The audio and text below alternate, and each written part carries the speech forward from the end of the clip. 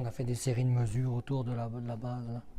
La base franco-italienne où le professeur Royer s'est établi est située en Antarctique, à 1000 km dans les terres. La température oscillait entre moins 35 et moins 45. C'est un continent absolument gigantesque, là. C'est presque une fois et demie le Canada. Un continent qui est loin d'avoir livré tous ses secrets. L'objectif du projet, c'est de suivre le climat par satellite.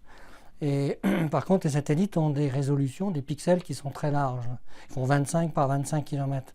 Et ce qu'on se demandait, c'est comment les conditions de neige et de température variaient à l'intérieur de ce pixel. Parce que nous, ce qu'on a, c'est une vision moyenne. Avec des mesures sur le terrain, les données par satellite seront plus précises. On a réalisé que le signal variait énormément. Donc ça a été un peu une découverte qui va modifier un petit peu l'analyse qu'on va devoir faire après. Les mesures de réflectivité, d'albédo, de la neige, enfin, on fait toutes sortes de caractérisations physiques de la neige. Je pense que grâce à ces données-là, on va pouvoir publier un nouveau modèle d'analyse de ces images satellites, effectivement. Et c'est notre ambition en tout cas, là.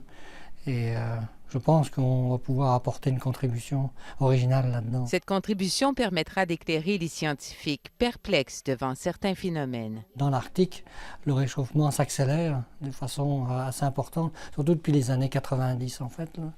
Alors que l'Antarctique, le signal n'est pas très clair. Il y a toute une partie de l'Antarctique qui se réchauffe, la péninsule, mais la partie est où nous on était, il semblerait que ce soit l'inverse en fait. C'est une partie qui se refroidit et ça, c'est pas encore très bien expliqué. Et c'est une anomalie qui est un peu curieuse justement de l'Antarctique, là. Des soubresauts qui ne semblent pas pour le moment perturber les manchots que le professeur Royer a croisés au cours d'un séjour qu'il n'oubliera pas de sitôt. Guylaine Charette, Radio-Canada, à Sherbrooke.